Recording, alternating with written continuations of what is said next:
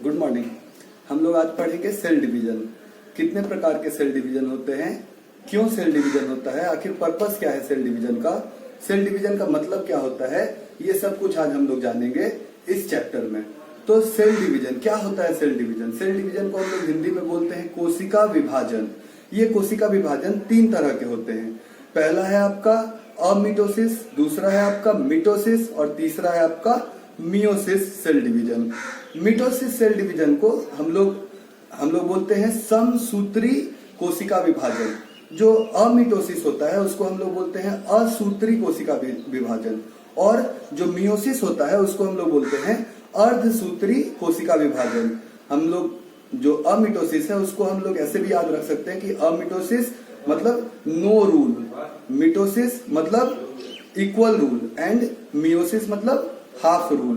तो अमिटोसिस जिसको कि बोलते हैं असूत्री विभाजन, उसको हम लोग याद रख सकते हैं कि नो रूल, इसमें कोई रूल नहीं होता है, क्रोमोसोम्स के नंबर के लिए कोई रूल नहीं है अमिटोसिस डिवीजन में। ये एमिटोसिस डिवीजन जो है ये प्रोकैरियोट्स ऑर्गेनिज्म जैसे कि बैक्टीरिया ये सब में होता है, ई कोलाई, बी कोलाई, ये सब जो आपके बैक्टीरिया हैं इनमें ये सेल डिवीजन देखा जाता है अमिटोसिस सेल डिवीजन। ये सेल डिवीजन प्रोकैरियोट्स में देखा जाता है। असूत्री कोशिका विभाजन जो है वो केवल और मात्र ये प्रोकैरियोट्स जीवों में, वैसे जीव जिनके की न्यूक्लियस डेवलप नहीं है, जिनके की सेल ऑर्गेनिली भी ज्यादा नहीं है, बस माइटोकॉन्ड्रिया और राइबोसोम्स ही सेल ऑर्गेनिली के रूप में है, बाकी सेल ऑर्गेनिली भी नहीं है, वैसे सेल्स में आपके अमिटोसिस डिवीजन दिखता है, असूत्री विभाजन दिखता है, असूत्री कोशिका विभाजन दिखता है।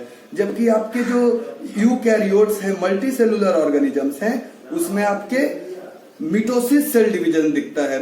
और मिटोसिस सेल डिवीजन मतलब समसूत्री कोशिका विभाजन, यानी कि इक्वल रूल, मतलब कि क्रोमोसोम्स का जो नंबर होता है, क्रोमोसोम्स की जो काउंट होती है वो इक्वल रहती है पेरेंट्स और डॉटर सेल में। मदर सेल और डॉटर सेल में क्रोमोसोम्स काउंट इक्वल होता है। जो अमिटोसिस सेल डिवीजन था उसमें क्रोमोसोम काउंट्स की कोई बात ही नहीं थी, वो असूत्री विभाजन था, उसमें कोई रूल्स नहीं था। लेकिन जो दूसरा आपका मिटोसिस है जो कि यूकैरियोट्स मल्टी सेलुलर ऑर्गेनिजम्स में होते हैं और यूकैरियोट्स यूनिसेलुलर ऑर्गेनिजम्स में भी होते हैं, ये मिटोसिस सेल डिवीजन ग्रोथ और रिपेयर के लिए होता है।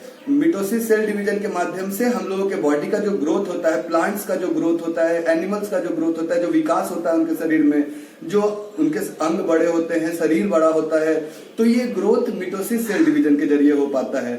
जब आप जन्म लेते हैं तो आपके छोटे छोटे हाथ और पैर होते हैं, आप जैसे जैसे बड़े होते जाते हैं आपके हाथ, पैर और पूरे बॉडी का साइज बड़ा होते जाता है, आप ग्रो करते जाते हैं। तो ये ग्रोथ जो है ये मिटोसिस सेल डिवीजन के द्वारा लाया जाता है। और मिटोसिस सेल डिवीजन को हम लोग समसूत्री कोशिका विभाजन करते हैं। ये ग्रोथ भी करवाता है और रिपेयर ऑफ डैमेज पार्ट्स भी करवाता है। मान लीजिए आपके बॉडी में कोई हिस्से पे कोई नुकसान हो गया है, चोट लग गया है, या फिर वहां पर कुछ भी नुकसान हो गया है, तो वहां पर जो सेल्स हैं, वहां के सेल्स आपके लॉस हो गए हैं, उन लॉस्ट सेल्स का भरपाई करने के लिए मिटोसिस सेल डिवीजन करते हैं सेल। और इसमें क्रोमोसोम्स की जो संख्या जो मदर सेल में होती है वही डॉटर सेल में होती है। मिटोसिस सेल डिवीजन में एक पेरेंट सेल डिवीजन के बाद दो डॉटर सेल्स में कन्वर्ट होते हैं। मतलब मिटोसिस सेल डिवीजन के रिजल्ट में हम लोगों को दो सेल्स प्राप्त होते हैं, एक सेल दो सेल में बदल जाता है। और इसमें कोई भी रूल, ये जो रूल होता है क्रोमोसोम्स का, ये इक्वल क्रोमोसोम्स का रूल होता है, समसूत्री कोशिका विभाजन होता है। जो मिटोसिस सेल डिवीजन होता है ये ग्रोथ और रिपेयर के लिए होता है, हमारे बॉडी में डैमेज पार्ट्स के रिपेयर के लिए, ठीक है। अब जो आखिरी आपका है वो है meiosis cell division. Meiosis cell division आपके रिप्रोडक्टिव सेल्स में, गैमेट्स में आपके ये सेल डिवीजन दिखाई देता है। जैसे स्पर्म सेल है, ओवा एग सेल है, इन सभी सेल्स में आपके मियोसिस सेल डिवीजन दिखाई देगा। मियोसिस सेल डिवीजन यानी कि अर्धसूत्री कोशिका विभाजन, उसमें क्रोमोसोम्स की जो संख्या होती है वो आधी हो जाती है। जैसे आपको पता है ह्यूमंस में 23 पेयर्स ऑफ क्रोमोसोम्स हैं। 23 पेयर्स मतलब कहने का अर्थ 46 क्रोमोसोम होते हैं एक ह्यूमन बॉडी में। तो जो मेल्स हैं उनमें भी 46 क्रोमोसोम है, जो फीमेल्स हैं उनमें भी 46 क्रोमोसोम है। अब जब रिप्रोडक्शन होता है तो आप लोग जानते हैं मेल गैमेट और फीमेल गैमेट्स का फ्यूजन होता है, स्पर्म सेल और एग सेल का फ्यूजन होता है, तो जाइगोट का फॉर्मेशन होता है। तो ये जो स्पर्म सेल और ओवा सेल है, अगर ये अपने साथ साथ स्पर्म सेल भी 46 क्रोमोजोम लेकर के आता, ओवा सेल भी 46 क्रोमोजोम लाता, तो जो जाइगोट बनता उसमें 92 क्रोमोजोम्स हो जाते हैं। और ह्यूमंस का तो ये कैरेक्टरिस्टिक नहीं है, ह्यूमंस में 46 क्रोमोजोम होते हैं, 23 पेयर्स ऑफ क्रोमोजोम पाए जाते हैं। तो ऐसा जब होता है कि आप में ज्यादा क्रोमोजोम्स आ जाते हैं तो उसमें बॉडी में डिफॉर्मिटीज आ जाती है। बहुत सारे बॉडी डिफॉर्मिटीज हो सकते हैं, जैसे आपके हो सकता है कि बॉडी में 2 पार्ट्स आपके ज्वाइंट हो, सिर आपका 2 कनेक्टेड हो, आपका हाथ, आपकी उंगलियां ज्यादा हो कम हो, तो ये सब जो डिफॉर्मिटीज होती है, ये डिफॉर्मिटीज जब मियोसिस सेल डिवीजन के दौरान क्रोमोजोम्स में गड़बड़ी होने की वजह से, क्रोमोजोम्स काउंट में गड़बड़ी होने से ये त्रुटियां आ जाती हैं शरीर में कि आपके अंग कई बार ऐसे होते हैं कि अविकसित होते हैं या फिर वो मिले जुले होते हैं, दूसरे अंगों के साथ जुड़े हुए होते हैं। तो ये मियोसिस सेल डिवीजन है। तो आप लोगों ने सेल डिवीजन में याद रखना है कि 3 तरह के सेल डिवीजन होते हैं, अमिटोसिस, मिटोसिस और मियोसिस, जिसमें आपको अभी मुख्य रूप से मिटोसिस और मियोसिस को पढ़ना है। और अमिटोसिस को, जो कि प्रोकैरियोट्स ऑर्गेनिजम्स में होते हैं, इनको आप हायर क्लासेस में पढ़ेंगे कि अमिटोसिस सेल डिवीजन कैसे होता है। अभी आपको फोकस करना है मिटोसिस सेल डिवीजन और मियोसिस सेल डिवीजन। तो मिटोसिस सेल डिवीजन, समसूत्री कोशिका विभाजन, हम लोग इसके बारे में जानेंगे इस पार्ट में। और मियोसिस सेल डिवीजन, अर्धसूत्री कोशिका विभाजन, इसके बारे में हम लोग जानेंगे। ठीक है, तो अभी आप लोग यहाँ जो प्रेजेंटेशन दिखाया जा रहा है इसको देखिए और फिर इसके माध्यम से समझने की कोशिश करेंगे हम लोग कि कैसे कैसे सेल डिवीजन में मिटोसिस कैसे पूरा होता है, उसके क्या क्या फेजेस होते हैं, इंटरफेज क्या है, प्रोफेज क्या है, मेटाफेज क्या है, एनाफेज क्या है, टेलोफेज क्या है। इस तरीके से हम लोग सारे फेजेस को जानेंगे। फिर से हम लोग मियोसिस में भी उसके फेजेस के बारे में चर्चा करेंगे कि प्रोफेज 1 क्या है, metaphase, prophase 1, prophase 2, metaphase 1, metaphase 2। इस तरीके से मियोसिस सेल डिवीजन और मिटोसिस सेल डिवीजन के बारे में हम लोग पूरा चर्चा अपने इस वीडियो में करेंगे। तो ध्यान से देखिए कि मिटोसिस और मियोसिस कैसे हो रहा है, ध्यान दीजिए।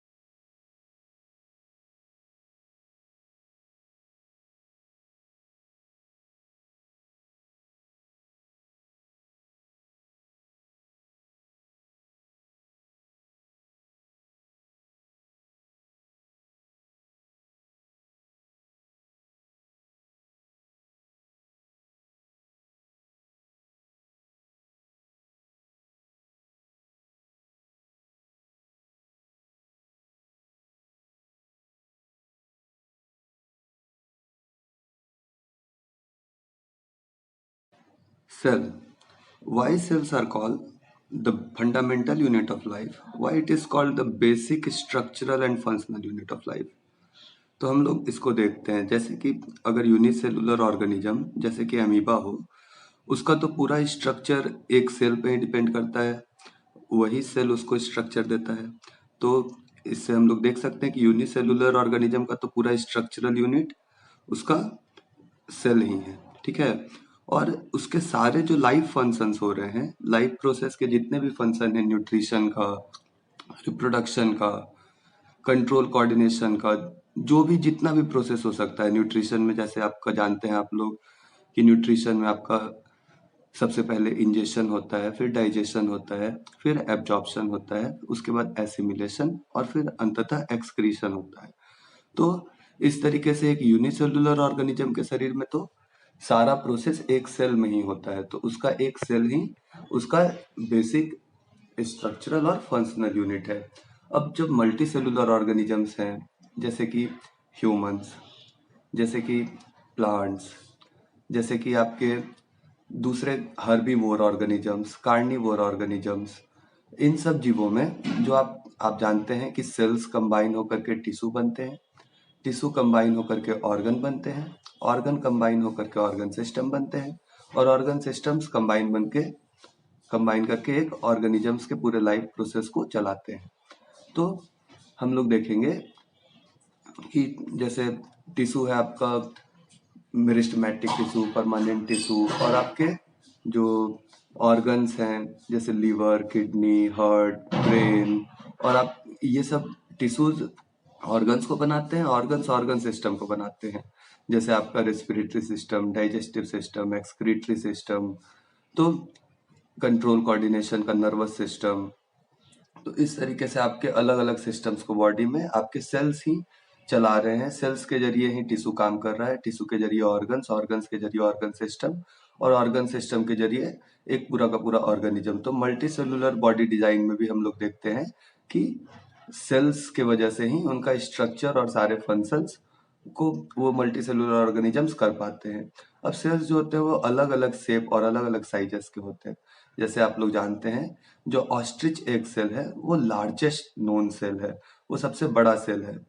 ऑस्ट्रिच का अंडा दुनिया का सबसे बड़ा सेल कहा जाता है। उसके बाद आप जानते हैं सबसे छोटा सेल माइकोप्लाज्मा जो है वो आपका सबसे स्मॉलेस्ट सेल जाना जाता है। आप जानते हैं ये एक यूनिसेलुलर ऑर्गेनिज्म है माइकोप्लाज्मा, और इसके अंदर आप देख सकते हैं इसका सेल वॉल होता है, साइटोप्लाज्म। और उसी तरीके से आप जानते हैं ह्यूमंस के अंदर जो सबसे बड़ा सेल होता है उसका नाम नर्व सेल है, वो लॉन्गेस्ट सेल है ह्यूमन बॉडी में। और नर्व सेल जो होता है वो एक स्टार शेप्ड सेल है विथ अ टेल। आप लोग जानते हैं नर्व सेल में डेंड्राइट, उसका एक्सॉन, उसका सेल बॉडी, उसका myelin sheath, node of Ranvier, synapses, axon terminal, इन सभी का फंक्शन आप लोग आगे चल के कंट्रोल एंड कोऑर्डिनेशन में पढ़ेंगे कि डेंड्राइट से सिग्नल एक्सेप्ट किया जाता है और कैसे फिर साइनैप्सेस से जंप होकर के वो सिग्नल दूसरे नर्व सेल में पहुंचता है। अब आप जानते हैं सबसे छोटा सेल जो है हमारे शरीर में वो brain stem cell granule cell है। ब्रेन में हमारे स्टेम सेल जो हैं वो सबसे छोटे सेल्स हैं हमारे बॉडी में, और अलग अलग शेप और साइजेस के सेल्स होते हैं। जैसे आरबीसी आपका स्फेरिकल होता है, जो स्पर्म सेल होता है वो एक ऐसा सेल होता है जो कि उसका आगे वाला पोर्शन में हेड होता है और पीछे में टेल होता है। आपका ह्यूमन एक सेल सर्कुलर होता है। आप अब देखते हैं कि डिफरेंस क्या है प्लांट सेल और एनिमल सेल में।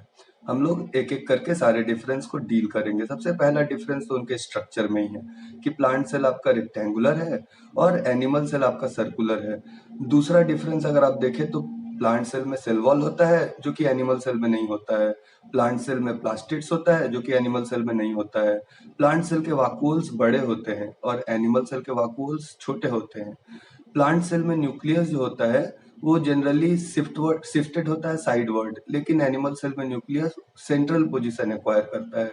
और एनिमल सेल में एक ऑर्गेनेली ऐसा है जो कि प्लांट सेल में नहीं है और वो है सेंट्रोजोम। सेंट्रोजोम में सेंट्रियोल्स होते हैं और ये बस एनिमल सेल में पाए जाते हैं। ये सेंट्रोजोम डिवीजन के दौरान स्पिंडल फॉर्मेशन में मदद करते हैं। तो इस तरीके से आप देख सकते हैं कि एक प्लांट सेल में जो सेल वॉल है, वो सेल वॉल में वो उसका प्रोटेक्शन करता है, सेल का रिजिडिटी देता है, सपोर्ट देता है। जो वाक्यूल्स होते हैं प्लांट सेल में, वो वाक्यूल्स स्टोर करते हैं अपने अंदर सेल सैप, फूड, वाटर, इन सभी चीजों को। अब हम लोग देखते हैं कि एनिमल सेल और प्लांट सेल में बहुत सारे ऑर्गेनेलीज जो है वो कॉमन है। जैसे कि आपका सेल मेम्ब्रेन कॉमन है दोनों में, लाइसोसोम कॉमन है, न्यूक्लियस कॉमन है, rough endoplasmic reticulum, smooth endoplasmic reticulum, ribosomes, Golgi body, ये सब कॉमन फीचर्स हैं। माइटोकॉन्ड्रिया, ये भी दोनों में ही पाए जाते हैं। ये सेंट्रोसोम जो है, ये केवल एनिमल सेल में पाया जाता है। अब एक एक करके हम लोग सबका फंक्शन को डिस्कस करते हैं कि कौन कौन सा सेल ऑर्गेनली कौन कौन सा फंक्शन कर रहा है। जैसे आप जानते हैं माइटोकॉन्ड्रिया, जिसको कि हम लोग साइट ऑफ सेल्यूलर रेस्पिरेशन भी बोलते हैं, और माइटोकॉन्ड्रिया को हम लोग जानते हैं कि power house of the cell भी जाना जाता है। तो माइटोकॉन्ड्रिया जो कि power house of the cell है, वहीं पर आपका ग्लूकोज का ऑक्सीडेशन होता है और एनर्जी रिलीज होता है। जब ग्लूकोज और ऑक्सीजन माइटोकॉन्ड्रिया में दोनों रिएक्ट करते हैं तो CO2, H2O और 38 ATP एनर्जी बनाते हैं।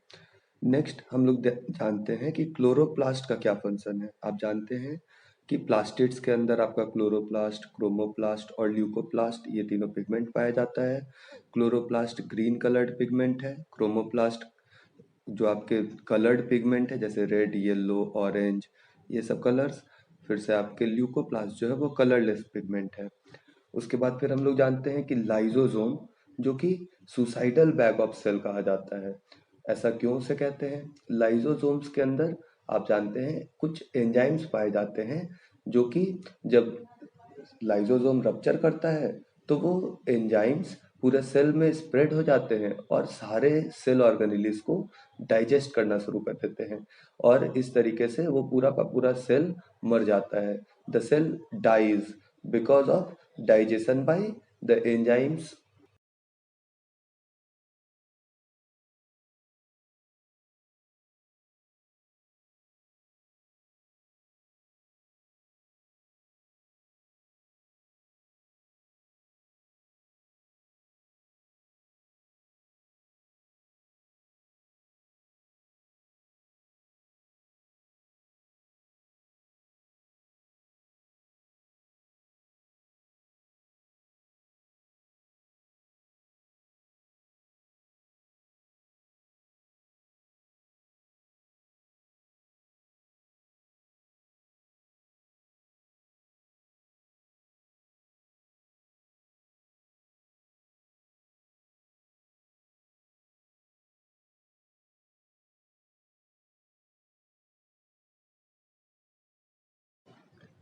Parts of cell.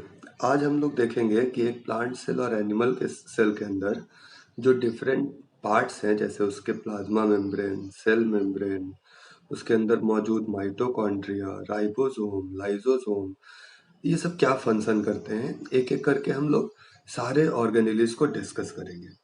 सबसे पहले हम लोग चर्चा करेंगे सेल मेम्ब्रेन की। आप लोग जानते हैं सेल मेम्ब्रेन को सेलेक्टिवली परमिएबल मेम्ब्रेन भी कहा जाता है। ऐसा इसलिए कहा जाता है क्योंकि वो कुछ चुने हुए चीजों को ही सेल के अंदर आने और सेल के बाहर जाने की अनुमति देता है। इसी वजह से इसे हम लोग सेलेक्टिवली परमिएबल मेम्ब्रेन भी बोलते हैं। It allows only certain particles to enter and exit from the cell.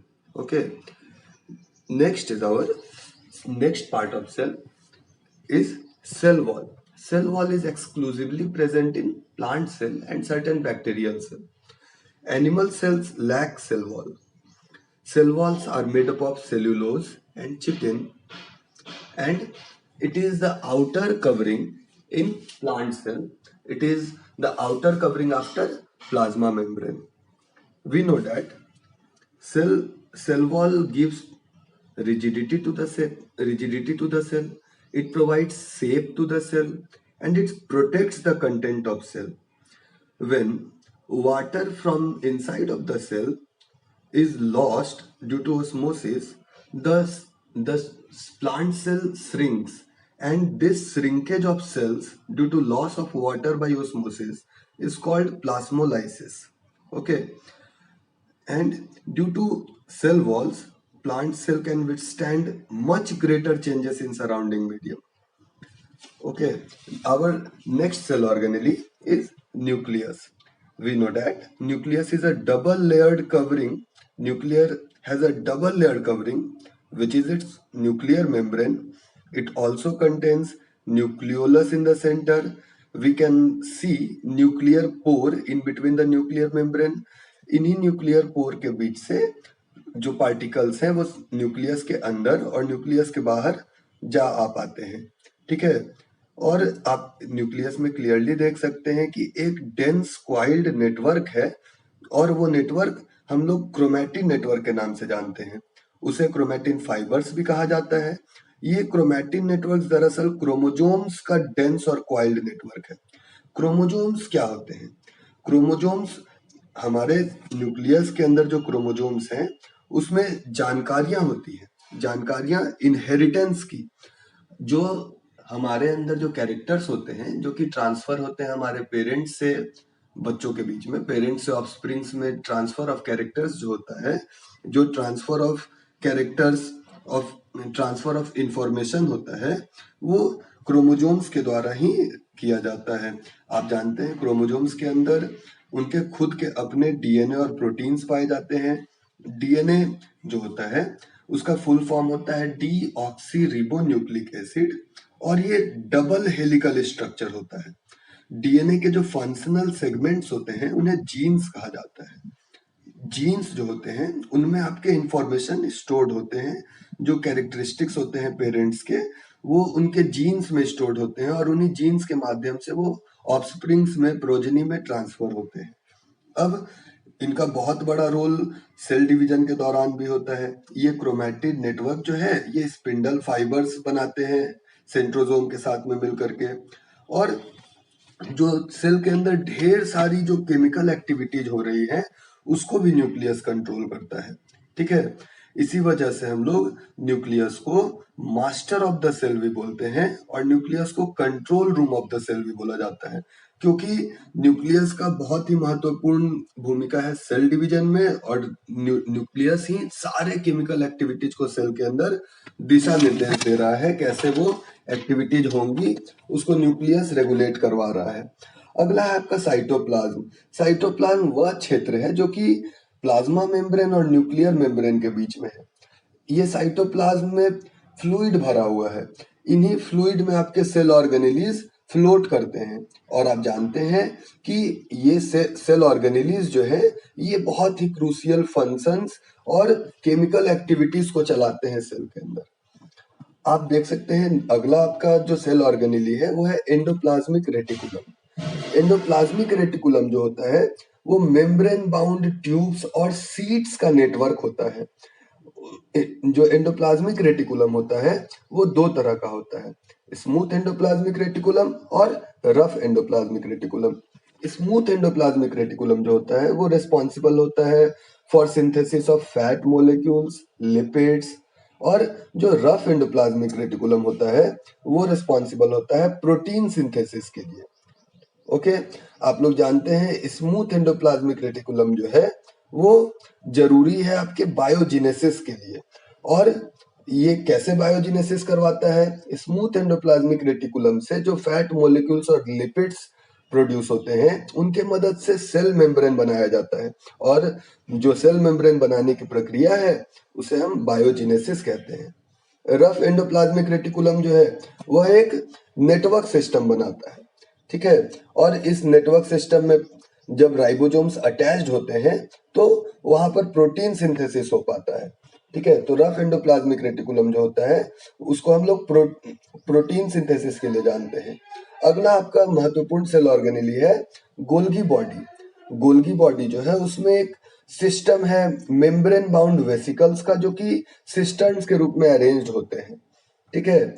और जो मटेरियल्स जो एंडोप्लाज्मिक रेटिकुलम बनाते हैं जैसे स्मूथ एंडोप्लाज्मिक रेटिकुलम आपने देखा कि फैट मोलिक्यूल्स और लिपिड्स बना रहे थे, रफ एंडोप्लाज्मिक रेटिकुलम आपके प्रोटीन बना रहे थे। उन मटेरियल्स की पैकेजिंग और ट्रांसपोर्टेशन का काम गोल्गी बॉडी देखता है। गोल्गी बॉडी को आप लोग कह सकते हैं कि ये ट्रांसपोर्ट सिस्टम है आपके सेल के अंदर का। ये रेगुलेट करता है ट्रांसपोर्टेशन को। यहाँ कॉम्प्लेक्स शुगर भी बनाए जाते हैं सिंपल शुगर से। और गोल्गी बॉडी का एक और महत्वपूर्ण फंक्शन ये है कि गोल्गी बॉडी लाइसोसोम्स बनाता है। अब हम लोग जानते हैं लाइसोसोम क्या होते हैं। लाइसोसोम जो होते हैं उन्हें हम लोग सुसाइडल बैग ऑफ सेल भी कहते हैं। जो लाइसोसोम होते हैं वो मेम्ब्रेन बाउंड सैक्स होते हैं जिसमें कि डाइजेस्टिव एंजाइम्स भरे हुए होते हैं। और जब भी कोई फॉरेन मटेरियल जैसे कि बैक्टीरिया, फूड और जो पुराने सेल ऑर्गेनेली होते हैं ये लाइसोसोम के द्वारा ही डाइजेस्ट कर लिए जाते हैं। लाइसोसोम के अंदर बहुत ही पावरफुल डाइजेस्टिव एंजाइम्स पाए जाते हैं। जब कोई सेल डैमेज हो जाता है तो लाइसोसोम बर्स्ट होता है और उसके एंजाइम्स निकल करके पूरे सेल को डाइजेस्ट कर जाते हैं। और इन्हीं कारणों की वजह से लाइसोसोम को हम लोग सुसाइडल बैग ऑफ सेल भी कहते हैं। नेक्स्ट है आपका माइटोकॉन्ड्रिया, जिसे कि आप जानते हैं पावर हाउस ऑफ सेल भी बोला जाता है और साइट ऑफ सेल्यूलर रेस्पिरेशन भी बोला जाता है। यह एक डबल मेम्ब्रेन वाला स्ट्रक्चर है। इसके आउटर मेम्ब्रेन जो होते हैं माइटोकॉन्ड्रिया के वो पोरस होते हैं और इनर मेम्ब्रेन फोल्डेड होते हैं। माइटोकॉन्ड्रिया का अपना खुद का डीएनए। प्लास्टिड्स केवल प्लांट सेल में मौजूद होते हैं। आप जानते हैं प्लास्टिड्स दो तरह के होते हैं। जो कलर्ड प्लास्टिड होते हैं उन्हें क्रोमोप्लास्ट बोला जाता है और उन्हीं कलर्ड क्रोमोप्लास्ट में जो ग्रीन कलर के जो प्लास्टिड्स होते हैं उन्हें क्लोरोप्लास्ट या क्लोरोफिल भी बोला जाता है। जो कलरलेस प्लास्टिड्स होते हैं उन्हें ल्यूकोप्लास्ट बोला जाता है। ल्यूकोप्लास्ट में स्टार्च, ऑयल, प्रोटीन ग्रैन्यूल्स ये सब स्टोर होते हैं। प्लास्टिड्स के भी अपने खुद के डीएनए और राइबोसोम्स होते हैं। आपको पता है जो क्लोरोफिल है, क्लोरोप्लास्ट है, वो रिस्पॉन्सिबल है फोटोसिंथेसिस के लिए। वाक्यूल्स जो होते हैं उन्हें स्टोरेज सैक्स भी बोला जाता है। इनमें सेल सैक भरा हुआ होता है। ये सेल्स को टर्जिडिटी और रिजिडिटी प्रोवाइड करते हैं। वाक्यूल्स में एमिनो एसिड्स, शुगर और कई तरह के ऑर्गेनिक कंपाउंड्स और प्रोटीन स्टोर्ड होते हैं। जो माइटोकॉन्ड्रिया है और जो प्लास्टिड्स है उनका अपना खुद का जेनेटिक मटेरियल है। राइबोसोम्स जो होते हैं उन्हें हम लोग प्रोटीन फैक्ट्री भी बोलते हैं सेल का, क्योंकि राइबोसोम्स में प्रोटीन की सिंथेसिस होती है। वहां से जो प्रोटीन बनते हैं, जो राइबोसोम्स जो है एमिनो एसिड से प्रोटीन बनाता है। आप लोग कई बार देखें कि राइबोसोम फ्रीली साइटोप्लाज्म में भी होते हैं और कई बार ये राइबोसोम्स अटैच्ड होते हैं आपके जो रफ एंडोप्लाज्मिक रेटिकुलम होते हैं उनके सरफेस के साथ ये राइबोसोम्स अटैच्ड होते हैं और ये हमारे सेल के अंदर प्रोटीन सिंथेसिस का काम करते हैं। ये एमिनो एसिड्स को प्रोटीन में कन्वर्ट करते हैं। Thank you.